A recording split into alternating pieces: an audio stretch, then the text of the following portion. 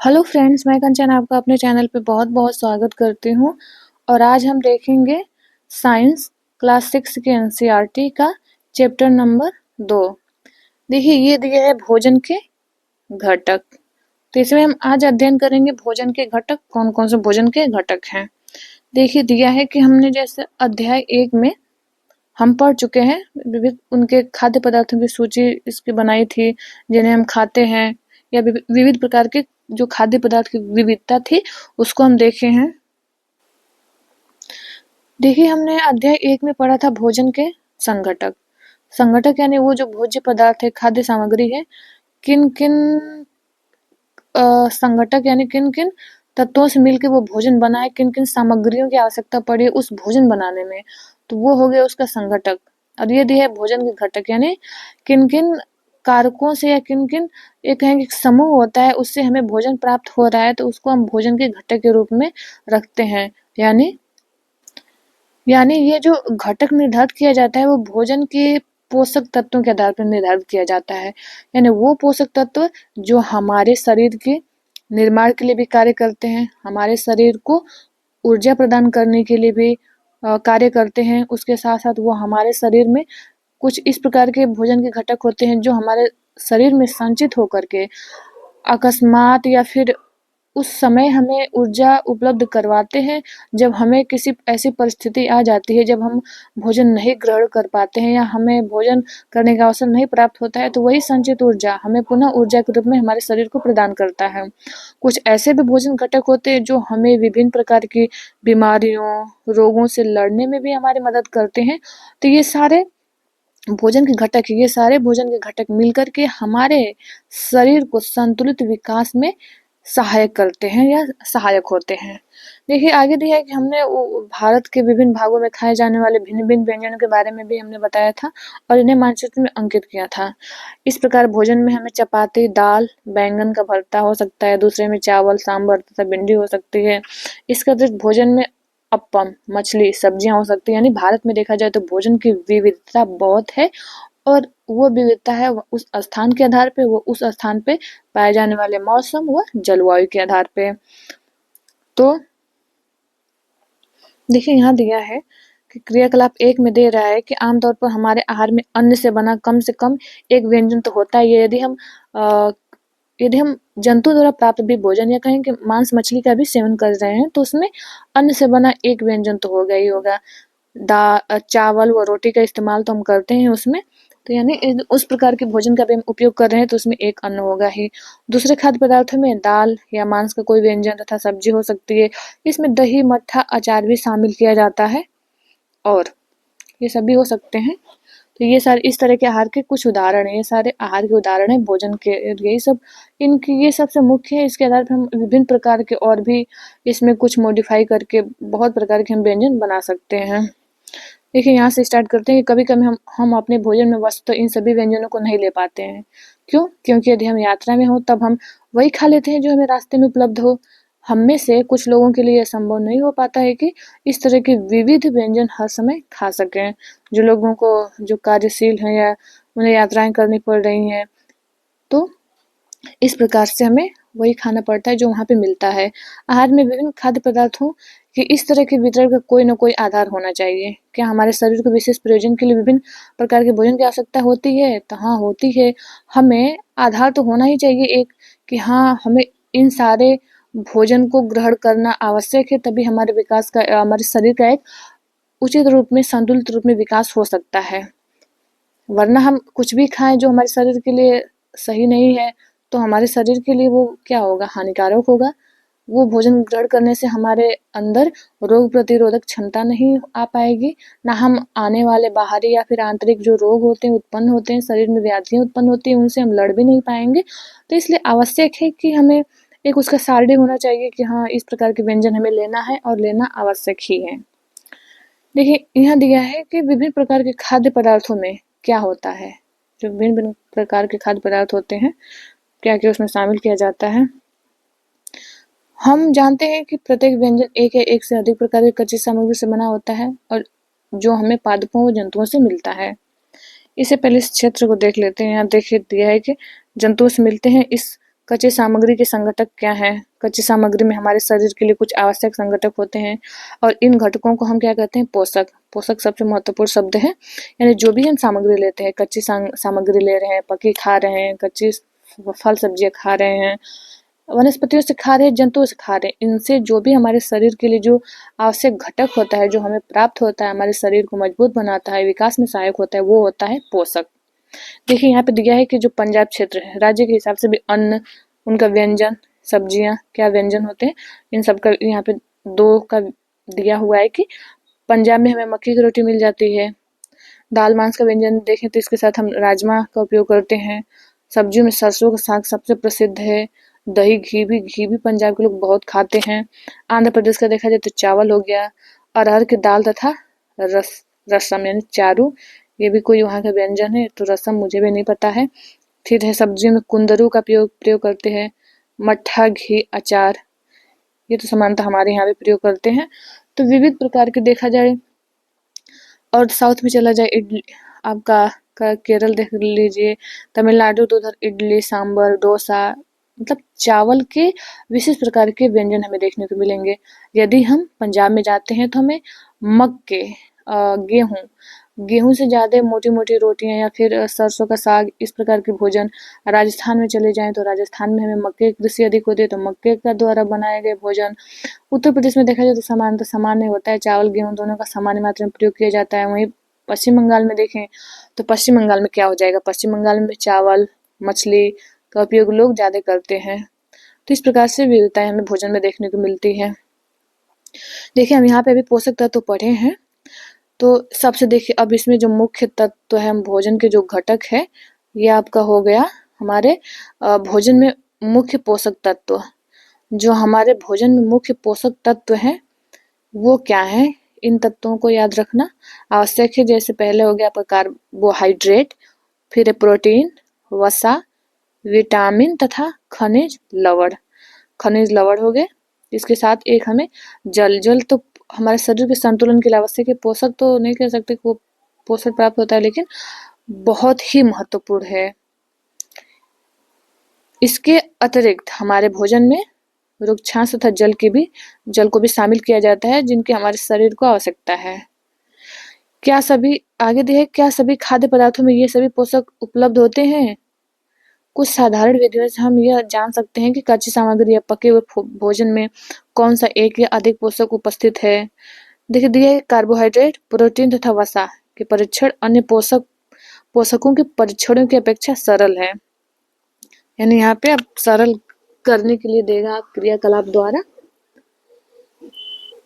देखिए जो साग सब्जियां होती हैं, हरी सब्जियां होती हैं, जो खनिज लवणों से भरपूर पोषक तत्व वाले पदार्थ होते हैं, उन्हें हम कच्चे जितना खाते हैं उतना अधिक हमें वो उपयोगी होता है, या उससे अधिक उतना हमें पोषक तत्व प्राप्त होता है।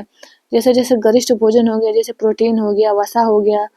प्रोटीन वसा को हम पका के खाते हैं, क्योंकि यदि हम कच्चे खाते हैं तो हमारे पाचन में बहुत कठिनाई होगी और बिना पचे ही वो अपचा भी रह सकता है।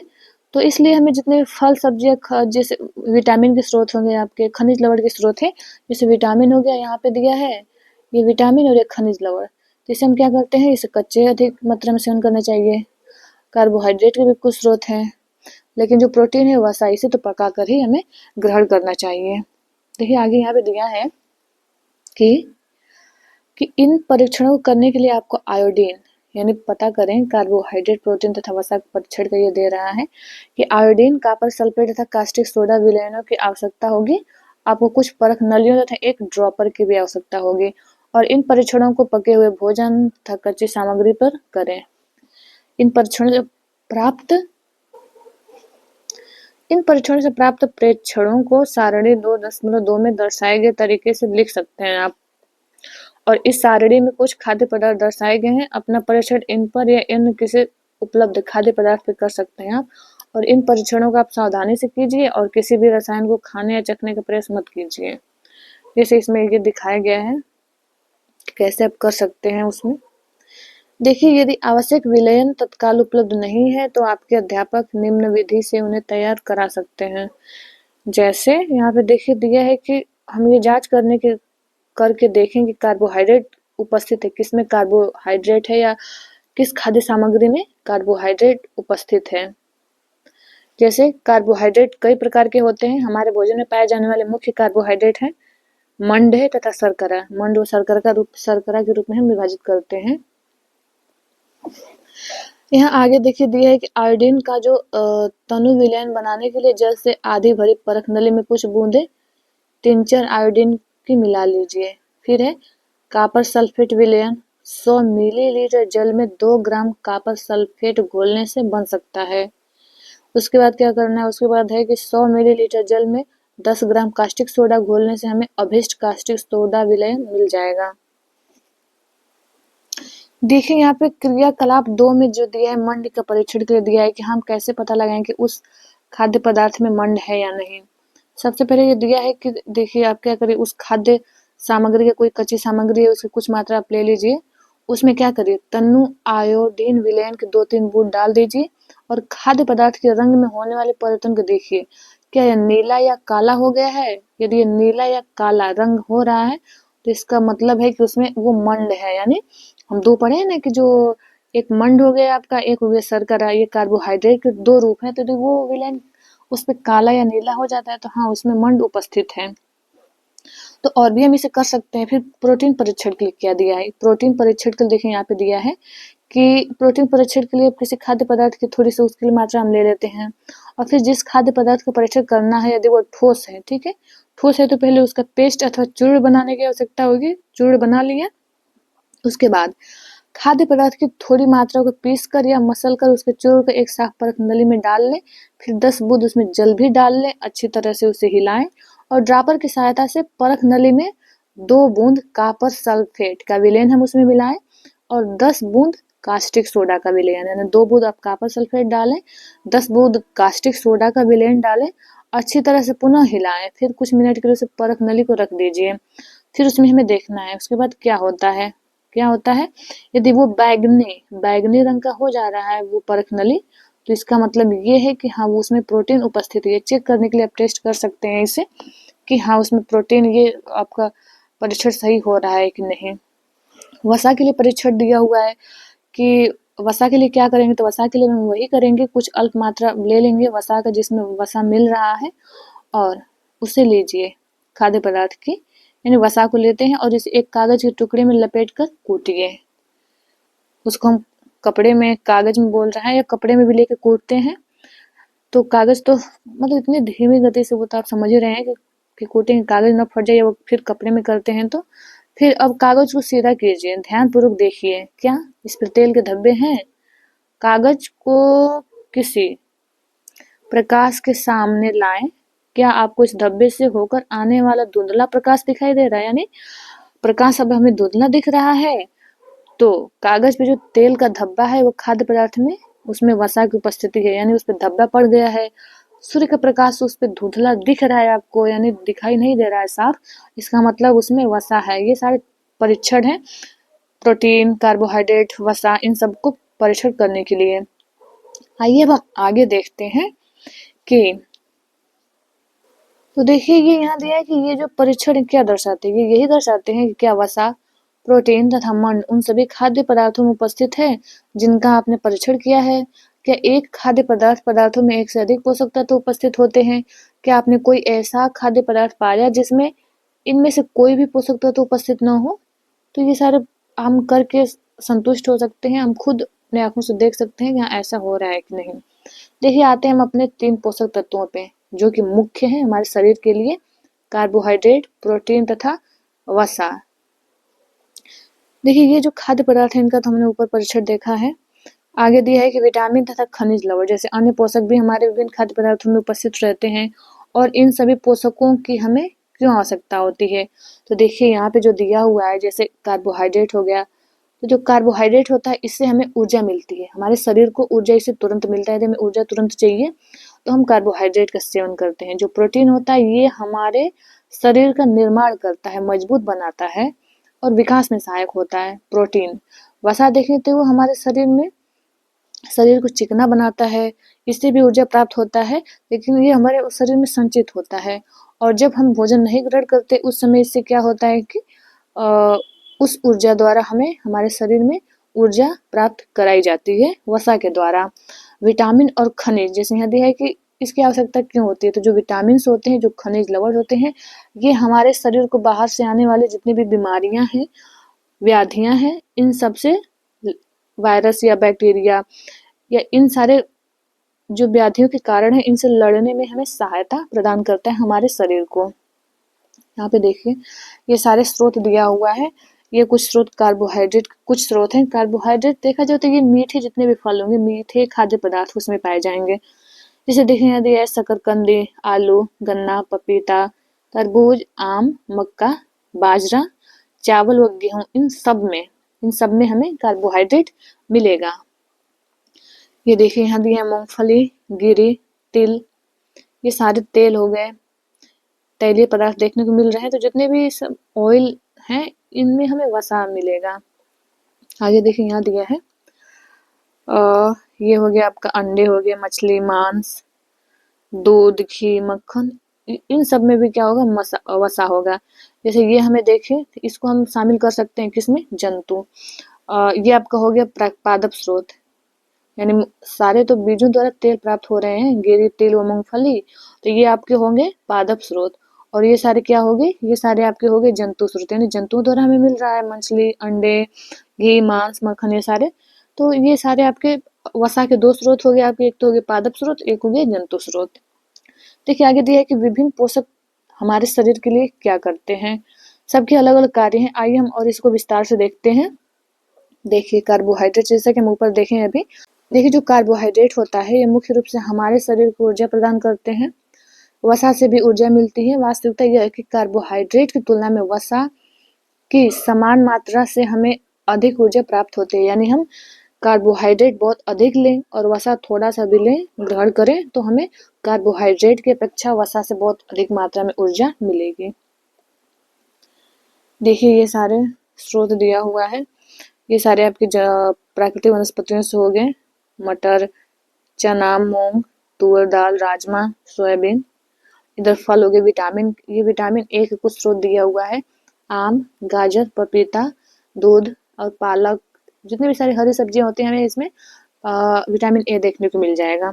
विटामिन बी के स्रोत में दिया है यकृत, गेहूं, चावल।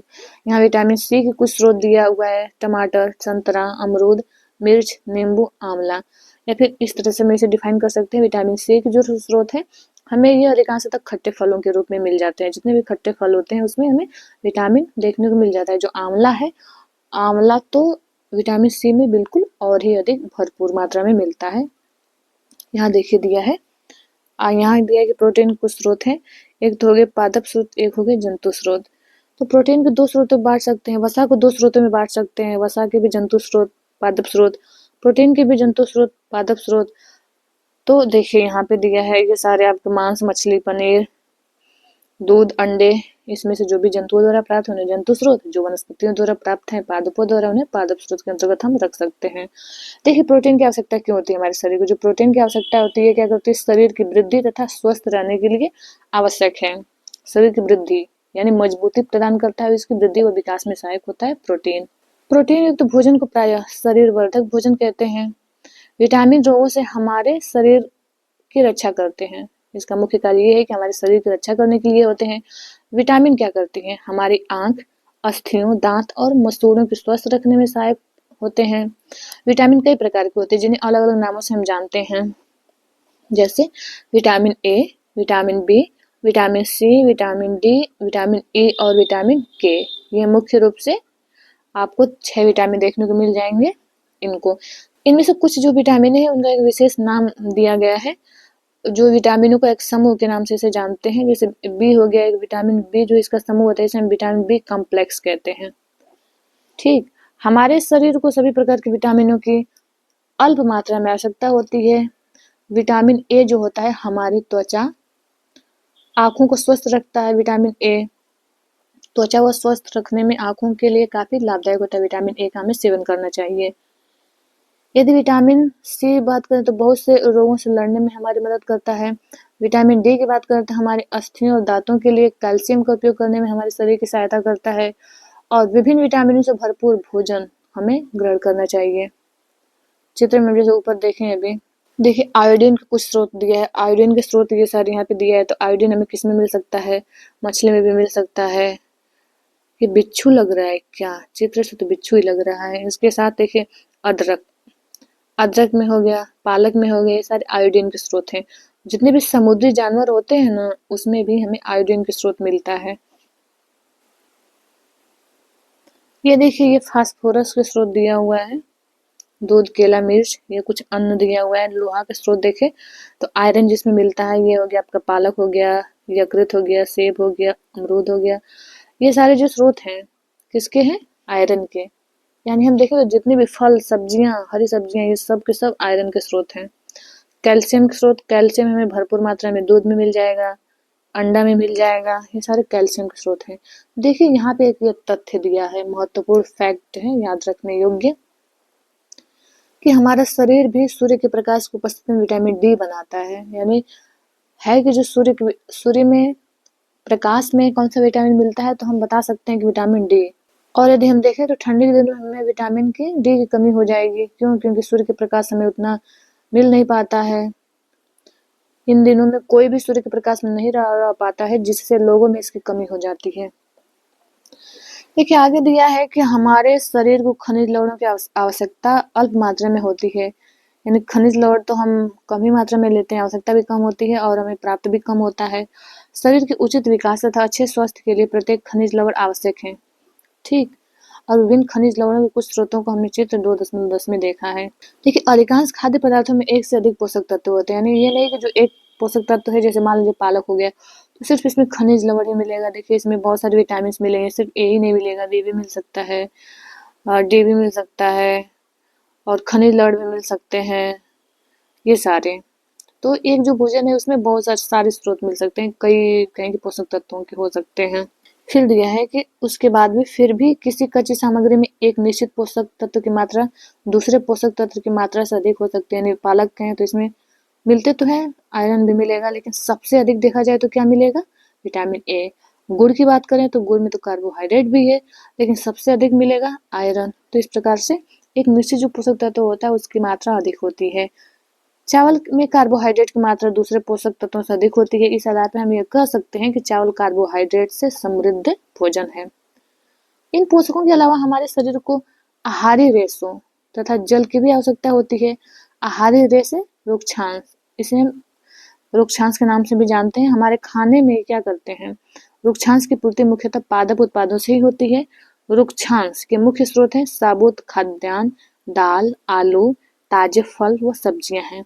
रुक्षांश क्या करते हैं? हमारे शरीर को कोई पोषक प्रदान नहीं करते, फिर भी ये हमारे भोजन का आवश्यक अवयव है और इसका आयतन बढ़ा देते हैं। भोजन के आयतन को ये बढ़ा देता है रुक्षांश या जो आहारी रेशे हैं। रुक्षांश बिना पचे भोजन को बाहर निकालने में हमारे शरीर में सहायता करता है। यानी जो ये रेशेदार पदार्थ होते हैं, आहारी जो रेशे होते हैं, फाइबर वाले जो भोजन होते हैं, इन्हें कह सकते हैं कि फाइबर से भरपूर होते हैं और ये क्या करते हैं? हमारे शरीर से जो अपचे बिना पचे भोजन है उनको आसानी से बाहर निकालने में मदद करते हैं। देखिए आगे दिया है कि जल भोजन में उपस्थित पोषकों को अवशोषित करने में हमारे शरीर की सहायता करता है।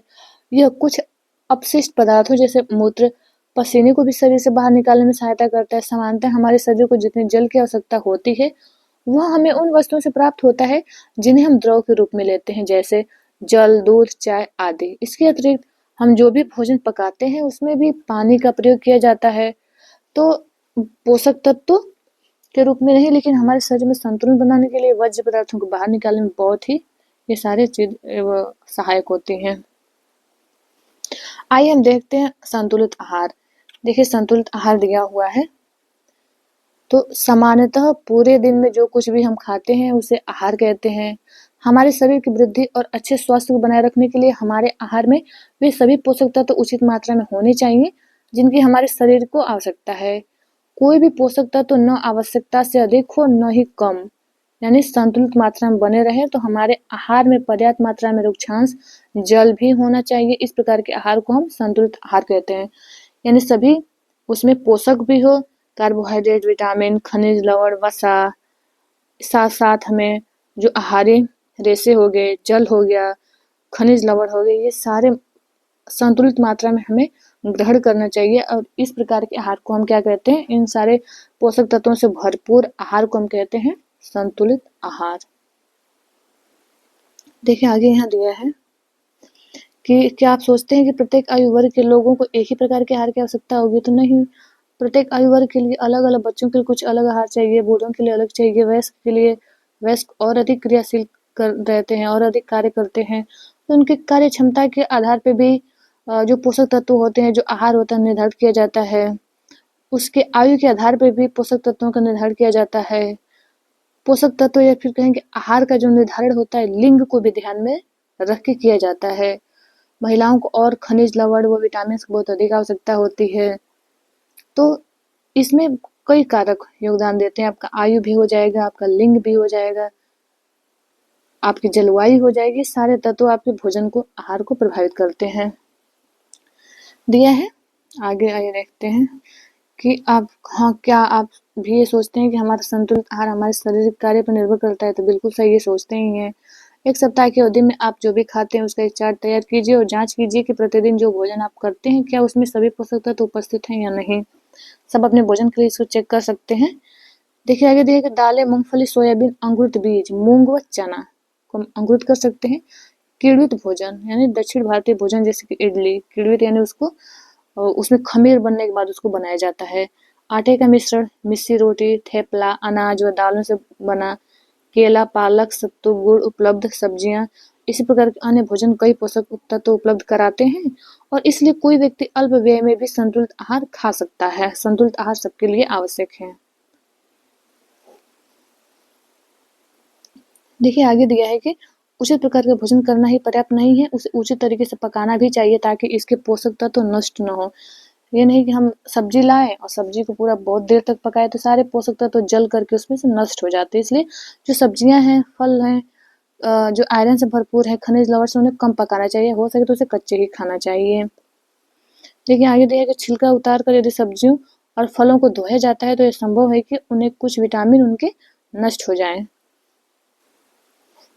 क्योंकि सब्जियों और जो फल होते हैं उनके त्वचा में, उनके छिलके में महत्वपूर्ण विटामिन तथा खनिज लवण होते हैं, इसलिए हमें उन्हें छील के या नहीं धोना चाहिए या फलों को हो सके तो बिना छीले ही खाना चाहिए। चावल व दालों को बार बार धोने से उनमें उपस्थित विटामिन और कुछ खनिज लवण अलग हो सकते हैं, अलग हो जाते हैं। देखिए यहाँ दिया है कि हम सभी जानते हैं कि पकाने से भोजन का स्वाद बढ़ता है, इसे पचाने में आसानी होती है, इसके साथ-साथ पकाने में कुछ पोषक तत्वों की हानि भी हो सकती है। यदि भोजन पकाने में अत्यधिक जल का उपयोग किया जाता है और बाद में उसे फेंक दिया जाता है, तो कई लाभदायक प्रोटीन तथा खनिज लवणों की भी हानि हो जाती है। पकाने में विटामिन सी आसानी से गर्मी से नष्ट हो जाता है, इसलिए जिसमें विटामिन सी भरपूर मात्रा में है, उसे उतना नहीं पकाना चाहिए। फिर दिया है, देखिए इसमें और दिया है कि यदि हम जो वसायुक्त खाना है, वसायुक्त भोजन यदि बहुत अधिक मात्रा में ग्रहण करते हैं, तो क्या होगा, हमारे शरीर में जमा होता जाएगा। जमा होते-होते क्या होगा, एक मोटापे का एक कारण बनता है वसा, तो वसा का हमें एक उचित मात्रा में लेना चाहिए, अत्यधिक वसा का सेवन नहीं करना चाहिए। यहाँ देखिए दिए है अभावजन्य रोग, ये क्या होता है? आइए देखते हैं। देखिए दिया है कि एक व्यक्ति खाने के लिए पर्याप्त भोजन पा रहा है, लेकिन कभी-कभी उसके भोजन में किसी विशेष पोषक की कमी हो जाती है। यदि यह कमी लंबी अवधि तक बनी रह गई तो उसे क्या होगा, उस अभाव से वो ग्रसित हो जाएगा, वो कुपोषण का शिकार हो जाएगा और उसमें बहुत शरीर में रोग विकृतियां उत्पन्न हो सकती हैं जो लंबी अवधि तक पोषकों के अभाव के कारण होती हैं, तो इसे हम अभावजन्य रोग कहते हैं। अभावजन्य रोग हो गया आपका, बहुत लंबे समय तक पोषक तत्वों की उसके शरीर में कमी हो गई। यदि कोई व्यक्ति अपने भोजन में पर्याप्त प्रोटीन नहीं ले रहा है, उसे कुछ रोग हो सकते हैं, जैसे वृद्ध का अवरुद्ध हो जाना, वृद्धि रुक जाएगी, चेहरे पर सूजन आ जाएगी, बालों के रंग उड़ जाएंगे, त्वचा की बीमारियां हो सकती हैं, बहुत सारी बीमारियां से हो सकती हैं। यदि प्रोटीन तथा कार्बोहाइड्रेट दोनों ही किसी व्यक्ति के आहार से एक लंबे समय में अनुपस्थित हो जाता है तो क्या होगी, उसकी वृद्धि रुक जाएगी, बहुत दुबला पतला हो जाएगा, दुर्बल हो जाएगा, चलने में भी असमर्थ हो जाएगा।